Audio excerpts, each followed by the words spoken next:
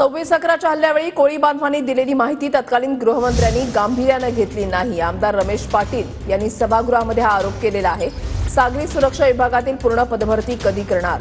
रमेश पाटलांनी हा सवाल केलाय। तर नियमित भरतीची सुरुवात झाली आहे, उर्वरित भरती लवकरच होईल असं फडणवीसांनी उत्तर दिलंय। काही रिक्त असलेली तांत्रिक पदं लवकरच भरणार असं फडणवीसांनी सांगितलंय।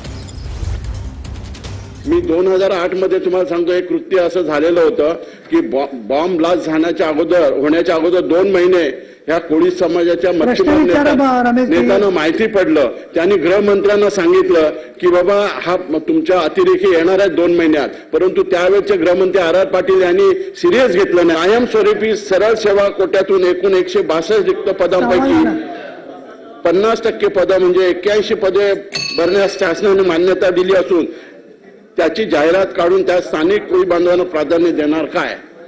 रेग्युलर भरतीची सुरुवात ऑलरेडी आपण केलेली आहे आणि रेग्युलर भरती आपण पूर्णपणे करणार आहे।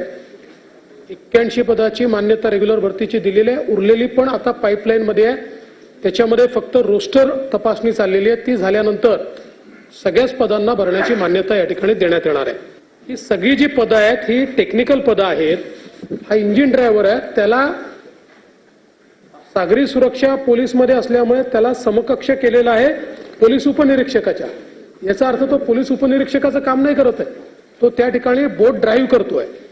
त्यामुळे अशा प्रकारची तांत्रिक पदं ही जोपर्यंत भरली जात नाही तोपर्यंत आपल्याला आपली सागरी सुरक्षा ही तर काही थांबवता येत नाही।